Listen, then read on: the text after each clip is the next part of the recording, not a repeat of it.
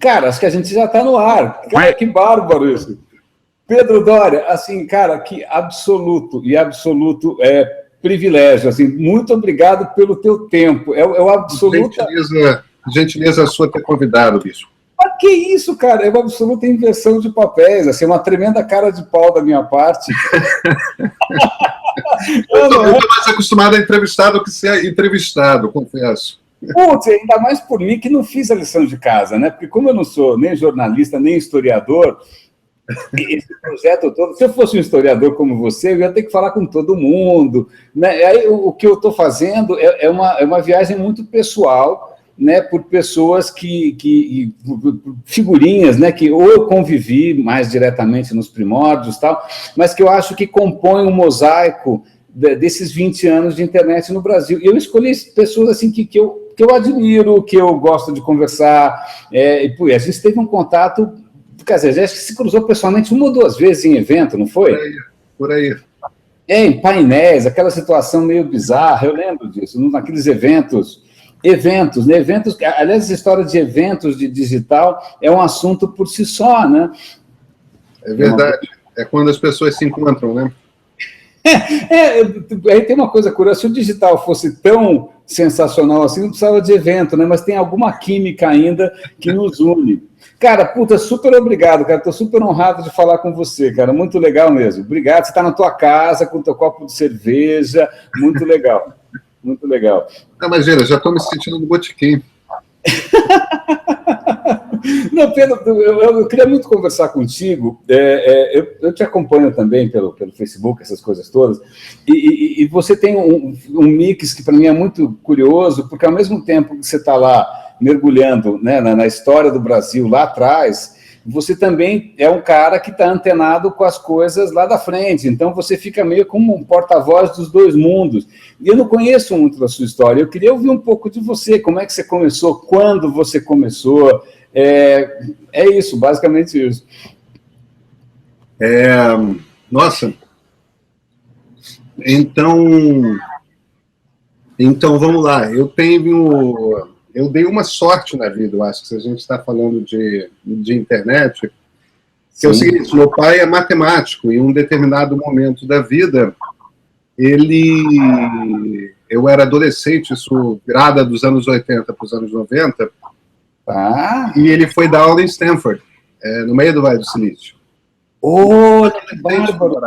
Então, eu comecei a usar a internet nos computadores da universidade, terminal Unix mesmo, muito cedo. E quando começou a pintar a internet no Brasil, eu sabia do que se tratava, essencialmente. Olha, cara, você estava no olho do furacão, você por coincidência... Completamente. Mas é aquela coisa aleatória, né? Um dado que girou, ele podia ter ido para trocentas universidades, foi para aquela. Que legal, que história bacana, cara, que bárbaro. Pois é, e calhou de ser, eu sou carioca, né? E aqui no Rio, calhou de o primeiro provedor público de acesso à internet ser um provedor carioca, que era o Alternet, que era uma ONG, né? Você certamente lembra.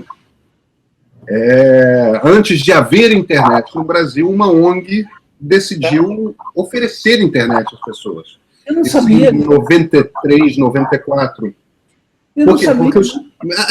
Porque os caras implementaram. É uma turma que é a turma dos fundadores. Um dos fundadores da internet do Brasil, um cara chamado Carlos Afonso, baita engenheiro.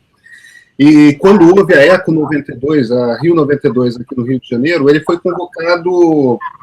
Ele trabalhava no IBASE do Betinho, que era essa ONG. Ele foi convocado a montar uma infraestrutura de internet para que os delegados que vinham de todo mundo pudessem ter acesso. Olha, cara, eu não sabia nada disso, que louco. Não, é uma história super divertida. Então é uma ONG que tinha um engenheiro que entendia disso.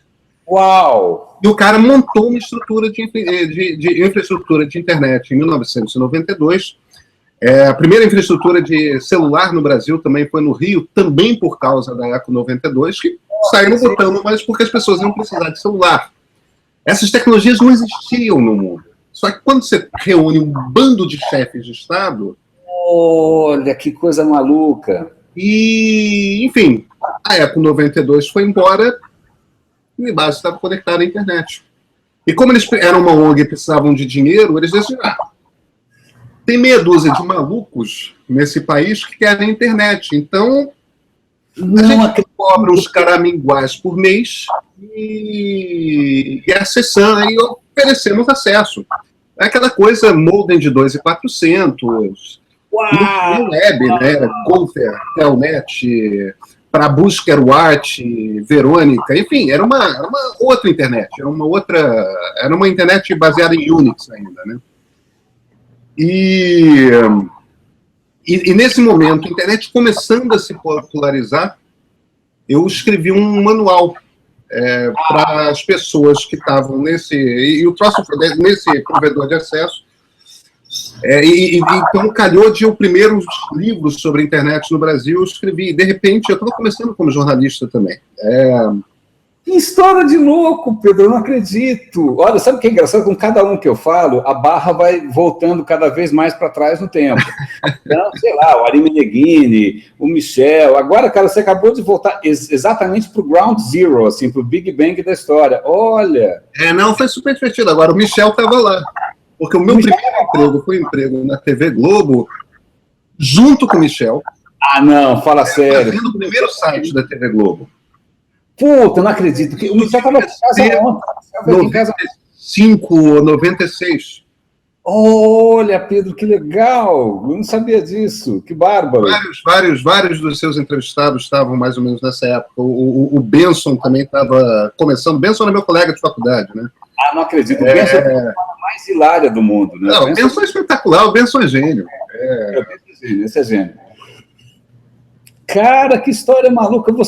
Olha, você acabou de bater todos os recordes agora. Essa é absolutamente genial. Cara, que coisa maluca. Mas aí conta, depois você continuou como jornalista, o que aconteceu? Pois é, eu tinha um BBS, e era um BBS para pessoas que usavam Mac. Eu tive BBS, eu fui CISOP.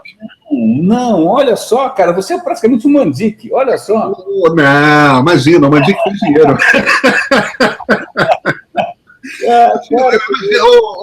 René, eu era CISOP de um BBS para as pessoas que usavam Macintosh no Rio de Janeiro.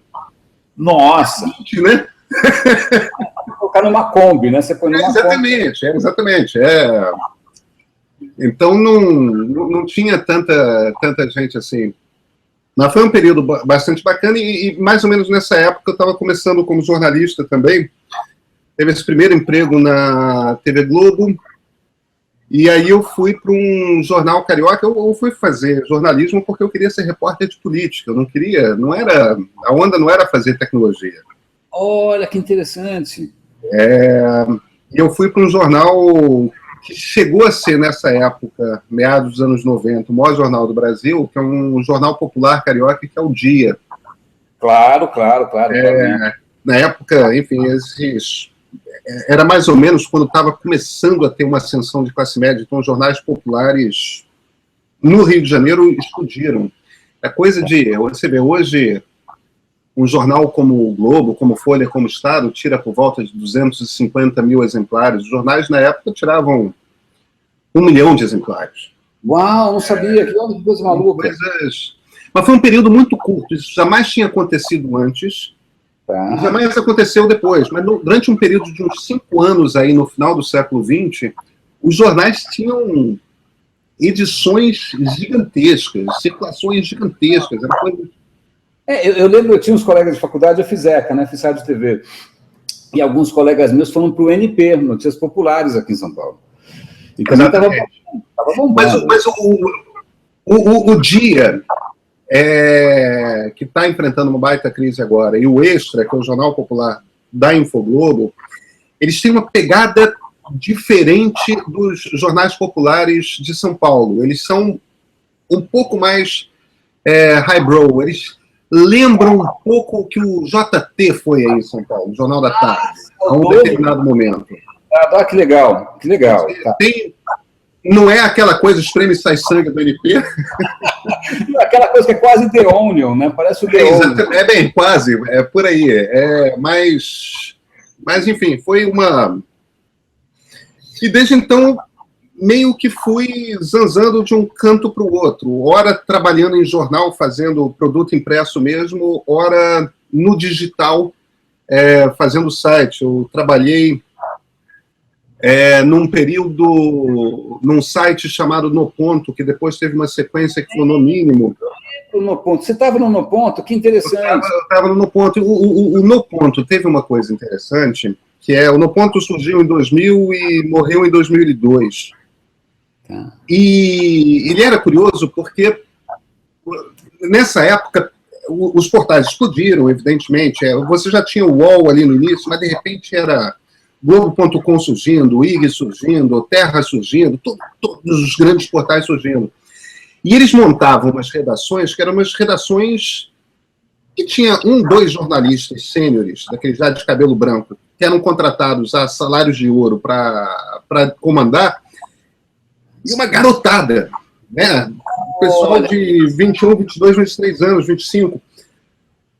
O No Ponto era diferente, porque ele pegou jornalistas que eram... eu imagino que em publicidade seja um pouco dessa forma, mas no jornalismo, você meio que tem times, equipes, quase que famílias jornalísticas, e você é muito o produto dessas famílias.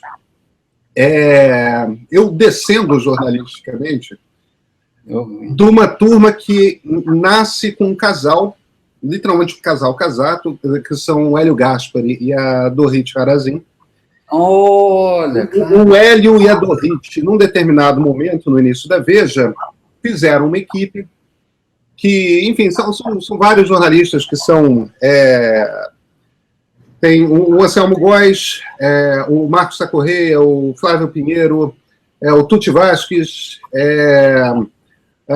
o Roberto Pompeu de Toledo, enfim, tem uma série de jornalistas, a maioria do Rio, nem todos. Mário Sérgio Conte acaba entrando nessa turma também e tal. Enfim, é uma turma que passou pela Veja, que passou pelo Jornal do Brasil, aqui no Rio, que teve... E essa turma, que era uma turma super de impresso, decidiu fazer um site. Joeni Ventura, Arthur da Pieve, Vilas Boas Correia, enfim, vários jornalistas de várias idades, eles decidiram fazer um site, porque acharam que esse negócio de internet era legal. O texto termina quando tem o ponto final, não tem aquela coisa do espaço pré-determinado do papel, que tem que acabar no pé da página, aquelas coisas. E é assim que o No Ponto surgiu, um site que era um site meio maluco, que era textos longuíssimos, eram... mas foi meio que uma escola. Então, eu fui contratado por essa turma, como parece que esse menino entende de internet, entendeu? Você era o Gil, era o guru de internet local, né, o Gil? É por aí. Eu não tinha idade suficiente para ser guru, não. Garoto de internet local, então. Era o garoto de internet local. Mas eu aprendi horrores com esse pessoal. Aí o No Ponto se dissolveu, se criou um No Mínimo, que tinha esse nome não à toa, porque era um No Mínimo. Tinha um terço da equipe. Olha só, que interessante. Sabe como é que é essa história de startup, né? Surge grande e, de repente, tem que comer repentinamente. Já vi esse filme? Pois é, eu tenho certeza que você já viu esse filme algumas vezes. Enfim, por conta disso, teve uma época que eu fui parar na Folha de São Paulo, isso já devia ser 2003. Eu escrevi uma coluna durante um ano na Folha de São Paulo.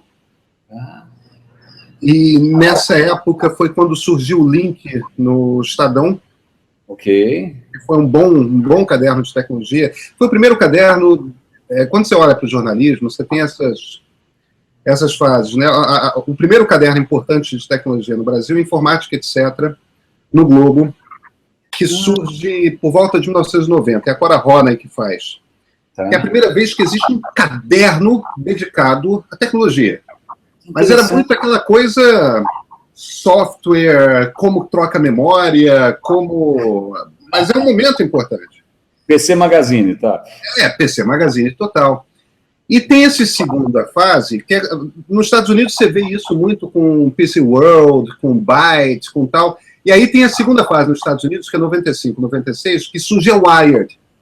Que é uma revista que, de repente, fala de tecnologia como cultura. Isso, muito bem.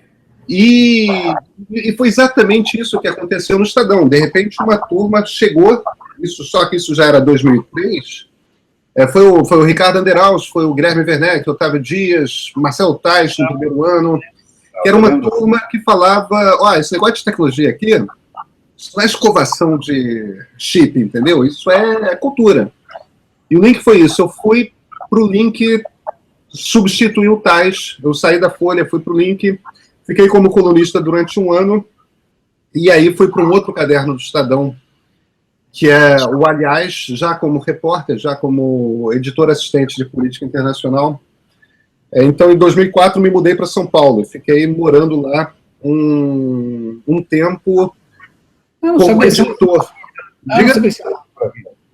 Eu morei em São Paulo. Não moro mais, mas eu morei. Coitado. Eu adoro São Paulo. Errada, né? Castigo, né? Imagina, eu adoro São Paulo, adoro São Paulo.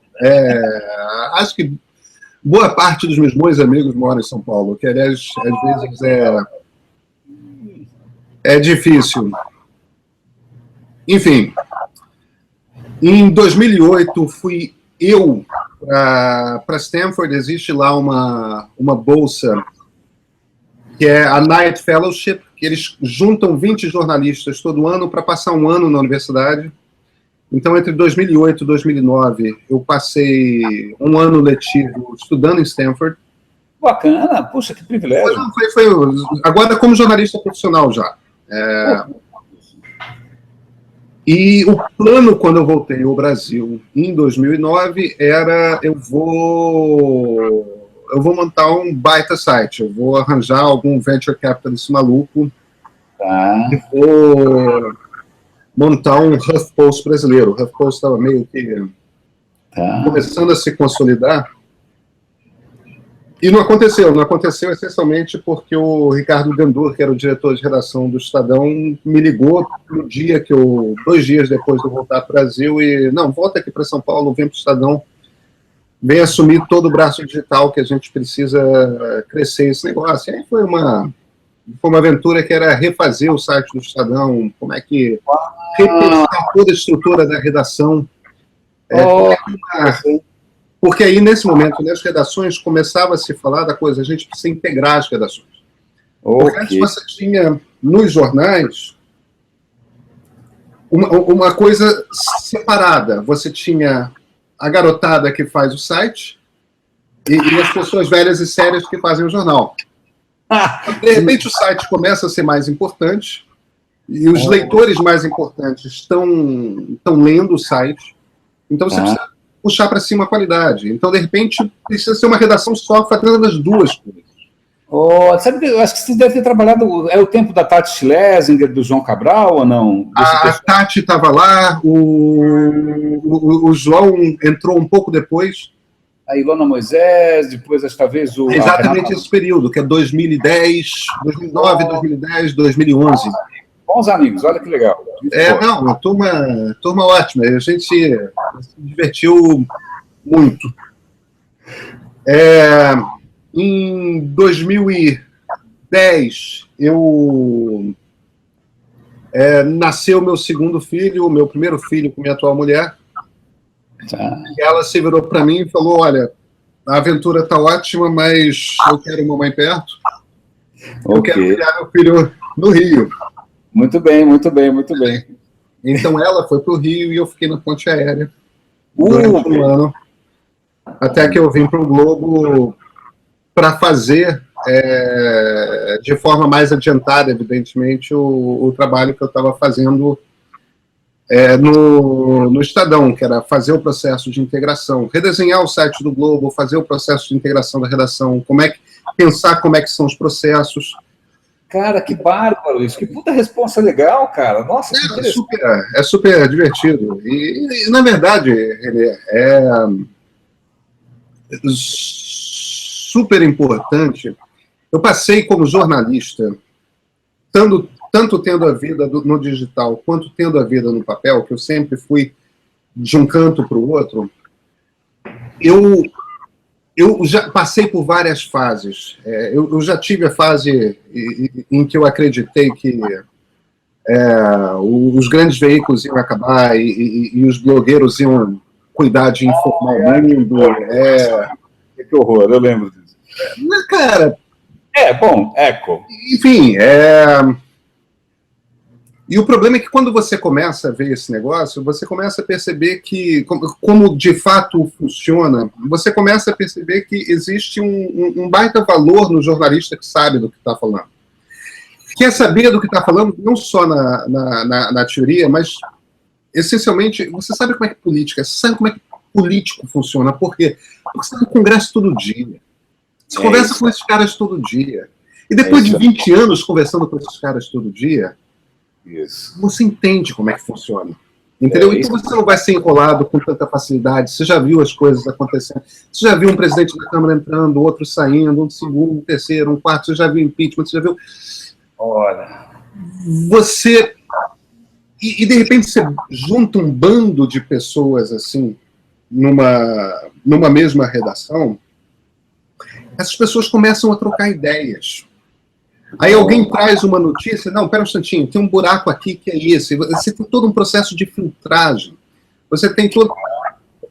Então estamos todos hoje no embate parecido com o embate de vocês publicitários, que é como é que a gente vive disso.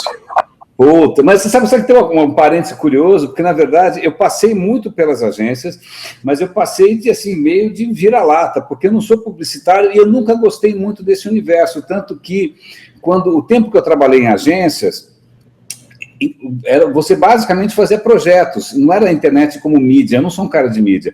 Quando a internet começou a virar mídia, publicidade mesmo, banner, aquela tranqueirada, eu saí fora e fui para o mundo corporativo fazer uns projetos grandes. Quando eu voltei, e a internet já não era mais projeto, porque praticamente não existe mais projeto, e era só mídia, eu fiquei super desconfortável, e aí era pior que era social media, que era mais estranho ainda. Eu entrei assim, em choque, eu falei, cara, não sei mais o que eu faço, this is not Kansas anymore, né? Então, na real, eu transitei muito pelo mundo publicitário, né? Tem bons amigos lá e tal, mas eu não sou um nativo, eu sempre fui meio patinho feio, eu nunca soube que roupa usar, eu nunca fui para o Mix de Nova York, né? Então, eu sempre fui muito mais um cara de projeto. É curioso isso. Mas aí, sabe o que eu estava lembrando? Você estava falando história de blogueiro. Eu lembro de uma vez, não sei se você lembra da revista Byte, que acho que era como é que chama aquele cara? O Manuel? Claro que eu lembro. Hã? Claro que eu lembro. Lembra, então, a revista Byte, como é que chama o cara? Manuel Fernandes? Acho que era isso. Acho que é isso. Ele fazia uns eventos, né? Café com... Na época do blog, ele queria pegar carona nessa história. E aí ele fez um evento que chamava Café com Blog. E aí eu fui lá e tal.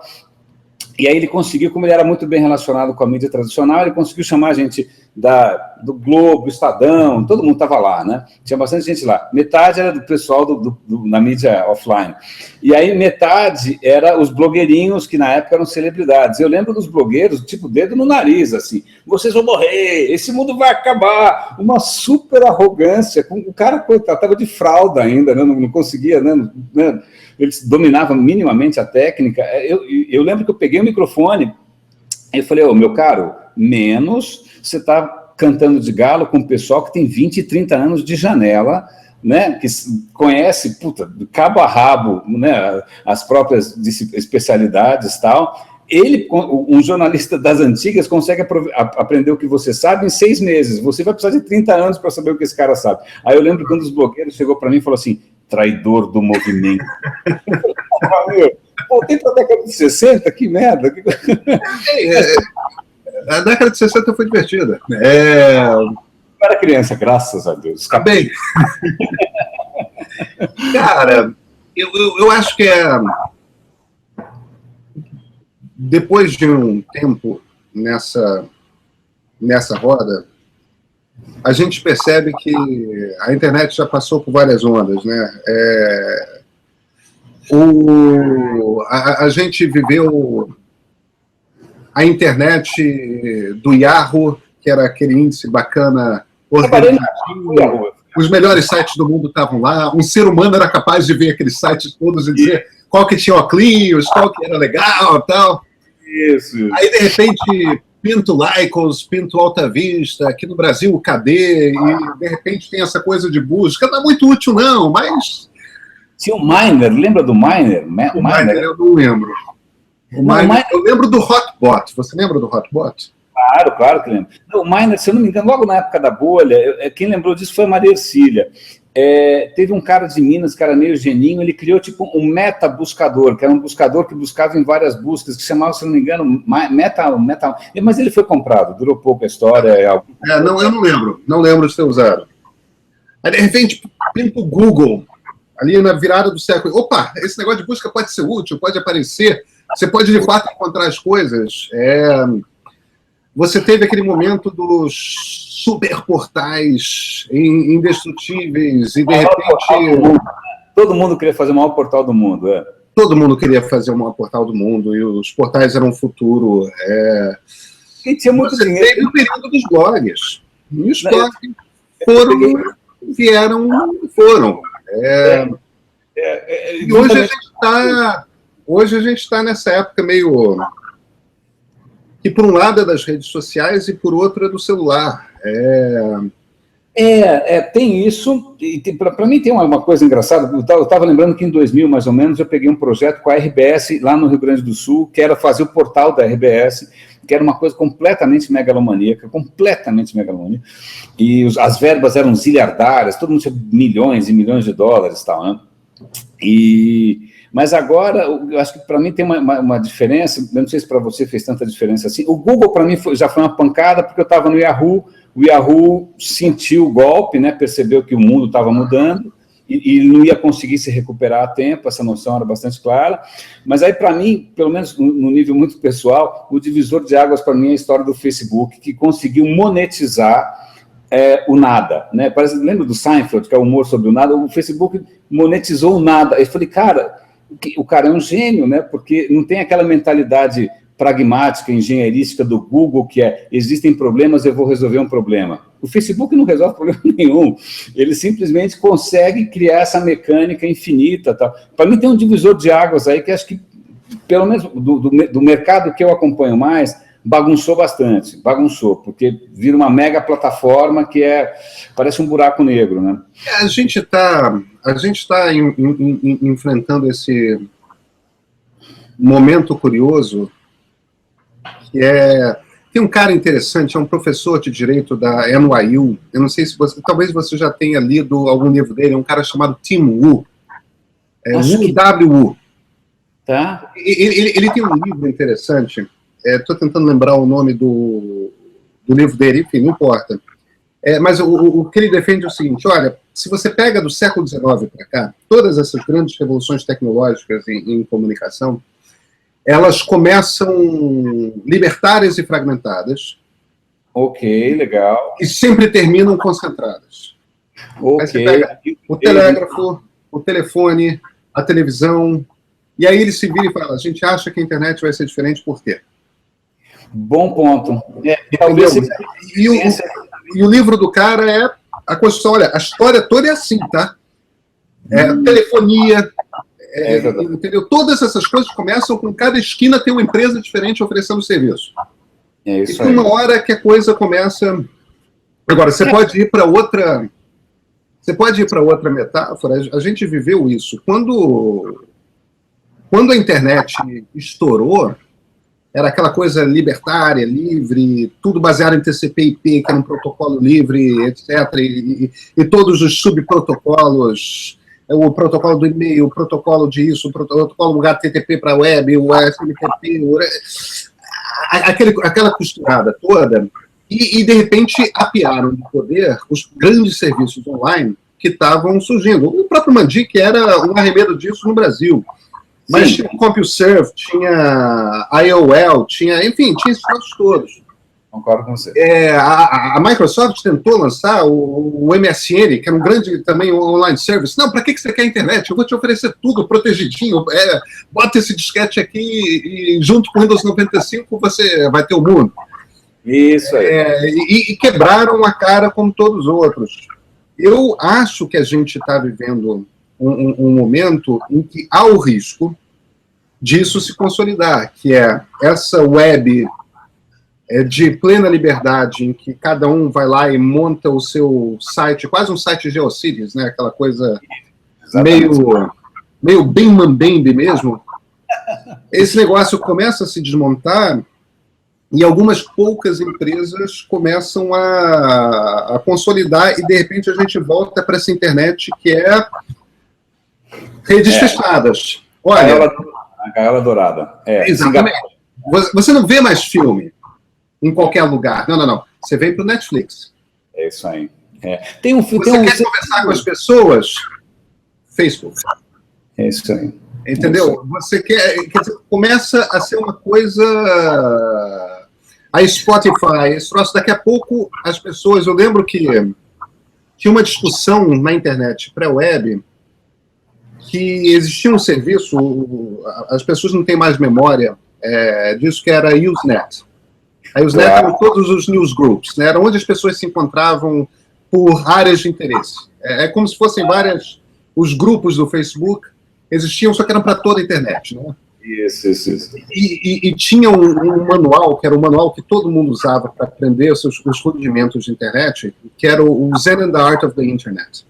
E o Zen and the Art of the Internet começava com uma frase que é algo do tipo, olha, não confunda Usenet com a internet. A maior parte das pessoas entram na internet e acham que a Usenet é a internet.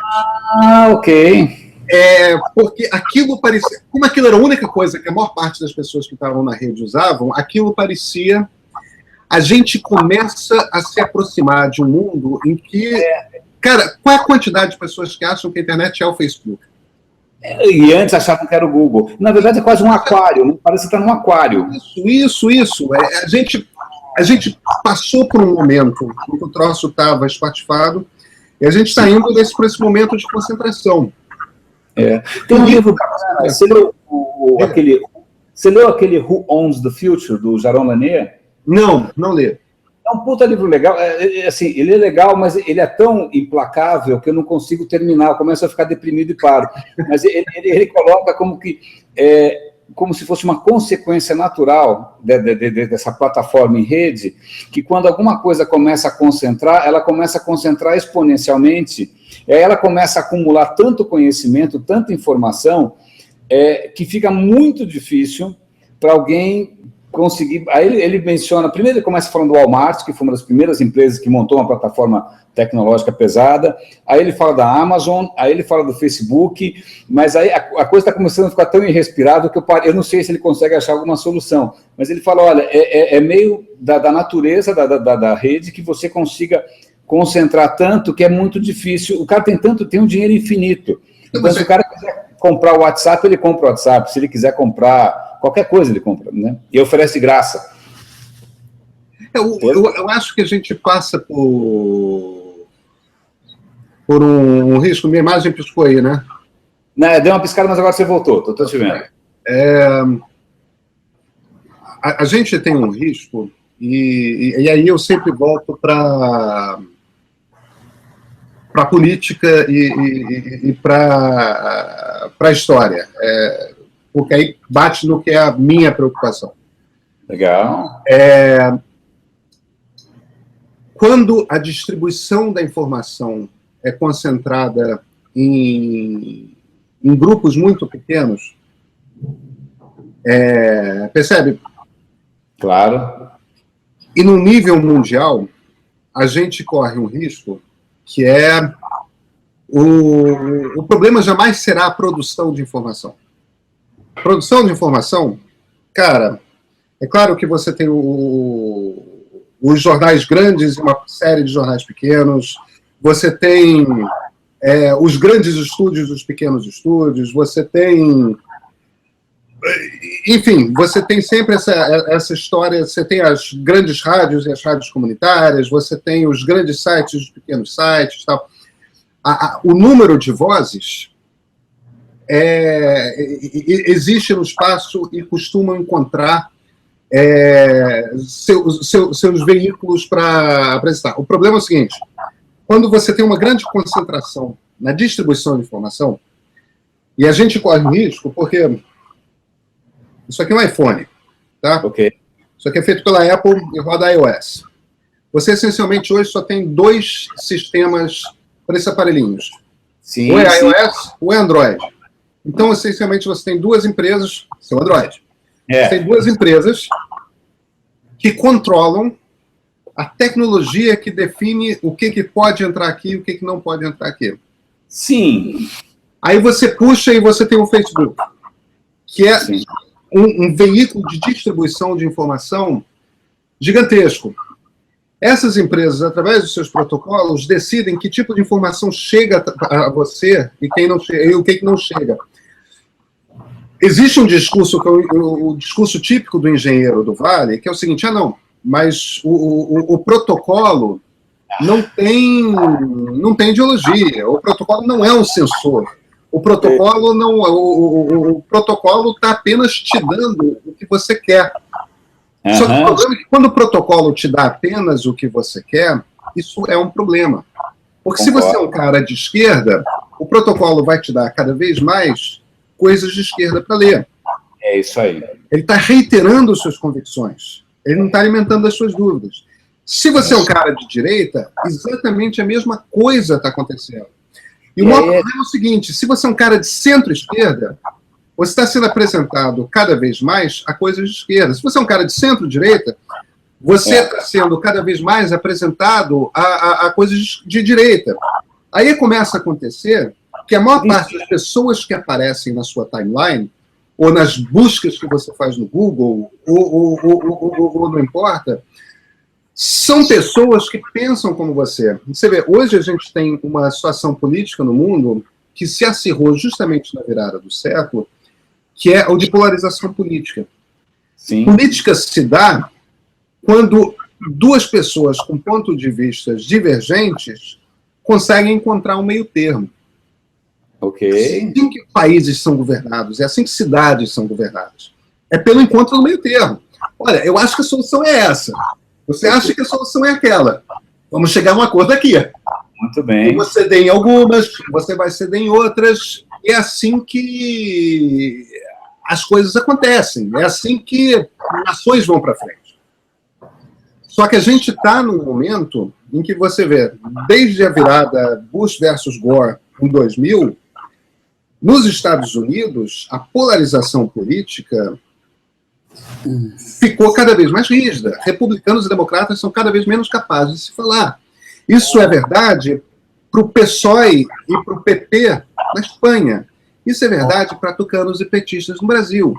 O mundo está polarizando todo ao mesmo tempo. Que engraçado. E tem muita gente que diz que isso está acontecendo porque aquela tecnologia de comunicação que dizia agora todo mundo vai ter voz fez, na verdade, com que as pessoas cada vez menos ouvissem pontos de vista divergentes. Assina embaixo. Sabe o que isso me lembra? Isso é uma coisa curiosa, porque é como se fosse um novo ambiente que propicia um certo tipo de seleção natural, quer dizer, ele acaba condicionando a maneira como as coisas evoluem ou não evoluem. Então. E a sensação que eu tenho é de primeira guerra de trincheira. Você tem cada um numa trincheira, ninguém avança 1 centímetro para cá, não tem ninguém no meio. Né? É total isso. É total isso. Trincheirado, muito engraçado. Claro, claro. Não, é exatamente essa a situação. E não tem... Cara, aí tem um processo que a gente está vivendo realmente uma mudança de base tecnológica. Você vê, a última vez que uma mudança radical dessas aconteceu foi na virada do século XV para o século XVI, que foi com Gutenberg. Opa, legal. Aí vamos para a economia. O que o Gutenberg fez? Quando ele inventa a imprensa, ele joga para valores da época praticamente zero o preço de reprodução e distribuição de informação. Legal. Porque antes você tinha que escrever à mão a cópia daquele livro e, de repente, depois que você setou os tipos lá, você faz 2.000 cópias. O custo é marginal, é isso aí. O custo fica marginal. Você fez o processo de typesetting todo uma vez, e aí, cara, você tira quantas cópias você quer.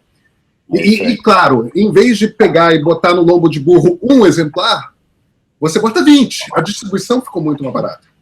É isso aí. E a estrutura toda se transforma, a estrutura da sociedade se transforma. A primeira coisa que acontece é a entidade mais poderosa do mundo, que era a igreja, ruim. Acontece a reforma. É verdade. A gente está vivendo a mesma coisa. Repentinamente, uma tecnologia veio e jogou lá para baixo, para praticamente zero, o preço da reprodução e da distribuição de tecnologia, de informação. Isso. E aí, cara, o resultado de Gutenberg foi o iluminismo, entendeu? A democracia, que era do antigo regime. Quer dizer, o potencial é espetacular, só que durou 3 séculos. Mas sabe que tem uma coisa que é curiosa, ouvindo você agora, eu me toquei.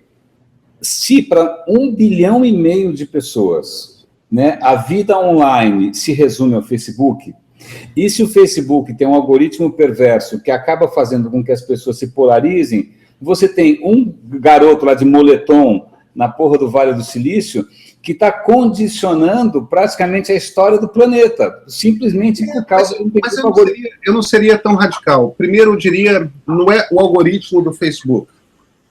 Tá. É haver um algoritmo que escolhe o que você vai ler. Ok, tá. Enquanto você atribuir a edição do que você lê a um algoritmo, ok, esse algoritmo vai distorcer a sua possibilidade, porque não é o seu cérebro que está decidindo o que você vai ler. É um bom ponto. E nenhum algoritmo é neutro, quer dizer, todo algoritmo tem uma certa agenda, né? Tem uma agenda... Claro. Agora, por outro lado, de fato, as pessoas têm... O sujeito na África tem acesso à previsão do tempo e ele vai ser um fazendeiro da pequena coisa dele muito mais eficiente. Sim, com certeza. Então tem um potencial de transformação gigantesco. Agora, a utopia não é tão elementar. A internet permitiu a Primavera Árabe. Sim. A Primavera Árabe é espetacular. Sim. Só que o Egito hoje tem uma ditadura ainda mais agressiva do que a que foi desbancada. É verdade. A Primavera Árabe na Síria implantou o caos para apiar uma ditadura terrível, e, no entanto, o que assumiu foi o Estado Islâmico.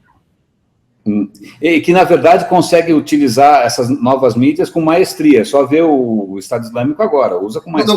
Usa as novas mídias com maestria e gerencia uma nação, ou uma região aqui com território equivalente a uma nação, sim, com padrões de Idade Média. Que coisa mal, século VIII, né? Isso é século VIII, mas é século XXI também. Olha. Agora, ao mesmo tempo, tem coisas acontecendo que são, olha, governos locais na Espanha foram assumidos por partidos que não existiam 5 anos atrás. Ah, que interessante. Olha só. Tem uma força que é o Podemos, por exemplo, que começa num talk show no YouTube. Fala sério. Sério, não sabia disso. Barcelona e Madrid têm prefeitos, hoje, prefeitas, na verdade, que são de grupos políticos que nascem com os indignados, que são... É aquela coisa bem Manuel Castells mesmo. Olha... O problema é o seguinte, eles estão apenas 2, 3 meses no poder. Eles vão saber governar? Boa pergunta. É uma boa pergunta. Aliás, uma anedota rápida. Logo depois da Primavera Árabe, eu viajei com a minha mulher para o Egito, o que não foi a coisa mais sensata do planeta. A única vantagem é que não tinha ninguém, então você viu, não tinha nem fila para ver o Tutankhamon, estava tranquilo. Tá? Mas aí, por outro lado, assim, na primeira noite, um hotel no Cairo espetacular, na beira do Rio Nilo e tal, aí eu estou ouvindo um barulho assim, eu abro a varanda, aí eu vejo uma multidão, assim, aí de repente a multidão começa a pegar fogo, moral da história, praticamente debaixo da nossa janela, 28 cristãos coptas morrem num confronto com a polícia. Então eu vi bem de perto a coisa desandar, não foi? E aí outra coisa curiosa, né? Porque eu falei, cara, eu vou gravar isso daqui, vou mandar para a CNN e tal. Gravei, conectei e tal, a banda era horrível e tal, aí... Puta, desencana, não consegui mandar para a CNN meu vídeo dos coptas lá pegando fogo. Aí, no final da viagem, eu contei para o guia essa história. Você mandou para o inimigo. Eu falei, nossa, agora eu vou me degolar, que quase que eu danço nessa história também. O inimigo, eu devia ter mandado, sei lá, para onde? Al Jazeera. A vida lá está cada vez mais barra pesada. Não dá para voltar muito. A gente está muito no início desse processo, Renê. O Facebook está aí. O Facebook é super importante como um lugar de distribuição de informação. Mas nada garante que daqui a 5 anos aconteceu com a Microsoft, aconteceu com o Google, por que não vai acontecer com o Facebook, entendeu? Ou não, porque a Microsoft está com uma cara de que vai virar uma IBM. Isso não é pouco dinheiro, é uma empresa super saudável. Isso. O Google continua super inovador, ele apenas não é mais a cara da internet. O que vai acontecer? A gente não sabe. Uma coisa que eu queria te perguntar, porque isso para mim na verdade está até como pano de fundo desse projeto todo. Tudo nasceu porque eu estava conversando com vários amigos veteranos para tentar ver se alguém me trazia alguma ideia nova, alguma luz, alguma esperança, tesão, seja o que for, tal, né? E aí surgiu um pouco essa história de registrar as conversas, tal. Mas eu sei, talvez eu tenha tido no começo uma coisa meio quixotesca, meio romântica, meio iluminista, tal, meio anárquica, né? Meio anarquista, com essa história de internet.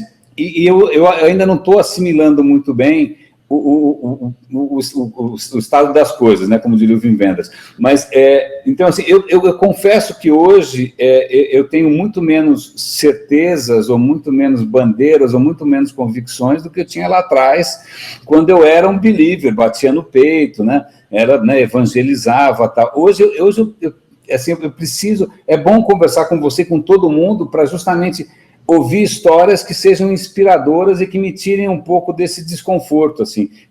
Para você mudou afetivamente essa coisa toda? Você sabe que o nome disso é envelhecimento, né? Cheio de cabelo branco, cara. Fiz 50 é um inferno. Sim. Bicho... Não, mudou. É claro que mudou. Você vai ficando... Primeiro, você já viu algumas vezes The Next New Thing não acontecer, ou acontecer com muita intensidade e depois se desfazer. Então, eu acho que a gente está num momento em que está muito claro que a maneira como o mundo funcionava não continuará. Okay. O mundo mudou. Sim. A mudança... Houve o tempo em que a gente estava no nicho. Nós não estamos mais no nicho. É isso aí. Então, você estava falando no Kansas, né? We are nós. And ours is reality. Entendeu? Não há retorno mais possível. Agora, por outro lado... É impossível você dizer onde que a gente vai parar. Concordo com você. A minha única preocupação é uma preocupação mais macro que não passa por tecnologia, que é o seguinte.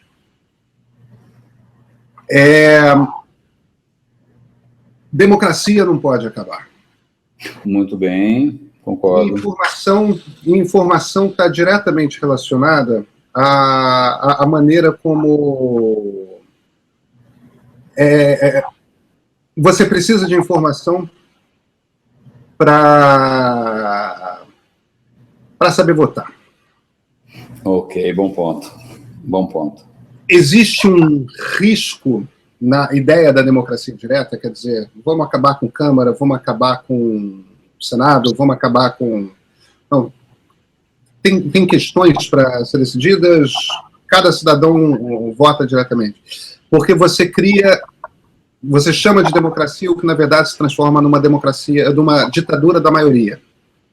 Ok. A democracia, uma das necessidades da democracia é permitir espaços às minorias.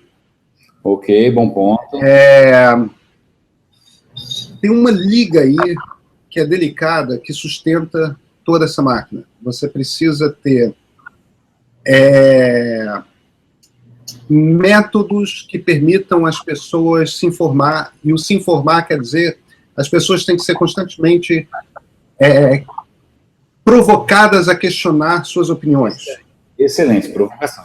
Uhum. E essa é a liga que dá sentido ao nosso mundo. Isso não está resolvido na internet. Essa é a coisa mais importante que a gente tem que resolver. Que interessante. E aí, eu te coloco uma questão que é curiosa, que é o seguinte, que eu fui para a Singularity University, fui lá também, né? E aí, para mim, tem uma coisa que dificulta bastante qualquer questionamento, que é quase um otimismo mandatório, né? Parece que o mundo é feito de prótons, tudo é positivo. Então, todo mundo quando você vai questionar a tecnologia, ou pelo menos o impacto da tecnologia, parece que você está cometendo uma heresia, porque tem um otimismo mandatório, obrigatório, que é desde a bendita singularidade até seja lá o que for, que dificulta um pouco a discussão. No mercado publicitário, que infelizmente eu estou um pouco mais próximo, é pior ainda, né? Porque está todo mundo sempre ótimo, todo mundo sempre bem, parece que todo mundo tomou Prozac. Então... Nós jornalistas, por outro lado, somos sempre pessimistas. Eu acho que eu estou no meio do caminho, acho que eu vou virar jornalista também. Essa discussão eu acho que não está muito fácil, não está muito... como é que você consegue tornar esse debate mais amplo, né? Eu acho que a gente vai resolver, só que a gente não sabe qual é a resposta ainda. Você é um otimista, que bom, cara. Não, a gente vai resolver porque, olha, o mundo nunca foi para trás, tá? A gente sempre substituiu um regime de menos liberdade para um regime de mais liberdade. Eu não acredito que isso vá mudar.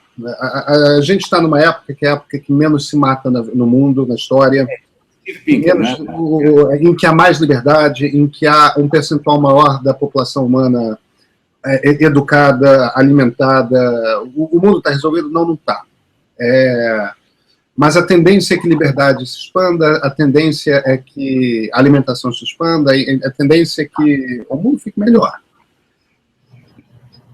Agora, a internet, como qualquer tecnologia que repentinamente amplia muito o acesso à informação, ela, por um lado, muito sedutora e, por outro, ela é extremamente desestruturante. A longo prazo, é bom. Quando você está vivendo, meu irmão, aguenta o saculejo, porque... Eu trabalhei com um cara muito tempo atrás, 90 e poucos também, e na época da internet além, ele falava assim, os nossos netos serão felizes, do tipo assim, desencana, não é pra gente essa história, né? A gente está plantando aqui. Vamos ver, né? Porra, Pedro, que legal conversar com você. Puta, eu te agradeço de coração. Não, foi um prazerzaço, um grande prazer essa conversa, e estou acompanhando o Guia dos Perplexos com imenso prazer. Eu só queria estar aí em São Paulo para a gente fazer a conversa ao vivo. Enfim, não deu. A próxima vez que você vier para cá, cara, vamos ver se a gente toma um café junto, faz alguma coisa. Será um prazer. Então, olha, Pedro, super obrigado. Parabéns pela tua história, que eu não conhecia. Parabéns pelo teu trabalho agora, que eu conheço melhor. Olha, você é uma fonte de inspiração, assim, é uma chama acesa. Assim. Isso é gentileza sua.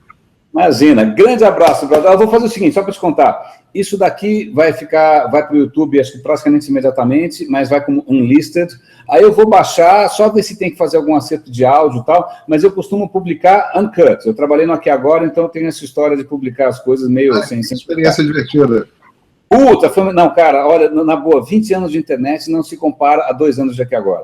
Eu me diverti muito mais, foi muito mais engraçado. Gil Gomes, morro de saudade. Bom, anyway, mas é isso, querido, super obrigado e bom descanso para você aí. Você também, cara. E brigadão, um abraço. Tchau, tchau.